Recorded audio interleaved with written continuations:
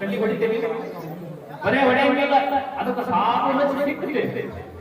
ಸಾಬೂನ ಚಿಟ್ಟಿಕ್ಕೆ ಅಂಗ ಬಿಡಂಗಿಲ್ಲ, ಒಟ್ಟಿ ಹಿಂಡಿ ಮತ್ತೆ ತಗೊಂಡ ಬರ್ತೇವೆ. ಹೌದು, ಒಂದು ಬಟ್ಟಿ ಸ್ವಚ್ಛ ಆಗಬೇಕಾದ್ರೆ ಇಷ್ಟು ಕೆಲಸ ನಡೀತದೆ.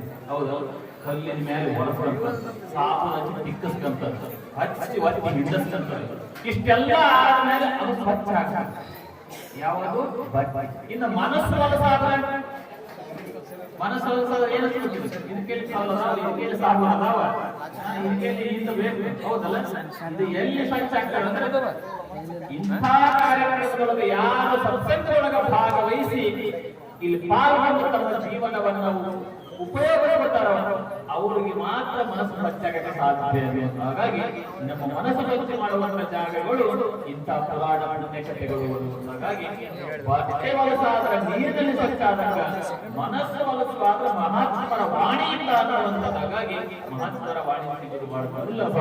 ಇಂಥ ಕಾರ್ಯಕ್ರಮವನ್ನ ಬಹಳ ಬಹುತೇಕವಾಗಿ ನಾನು ವ್ಯವಸ್ಥಾಪಕರಿಗೆ ಹೇಳ್ತಿದ್ದೆ, 5 ದಿನ ಮಾಡಿರಪ್ಪ ಅಂತ. ಅವರೇ ಇಲ್ಲಪ್ಪ 11 ದಿನ 9 ದಿನ ಹೋದ ವರ್ಷ ಬಹಳ ಗಟ್ಟಿದ್ರಿ ಬಿಡಪ್ಪ, ನೀವು ಈ ವರ್ಷ ಬಂದ್ರೆ ಮತ್ತೆ 2 ದಿನ ಎಷ್ಟು ಮಾಡಿದ್ರು. ನನಗೆ ಬಹಳ ಖುಷಿ ಆಯ್ತು.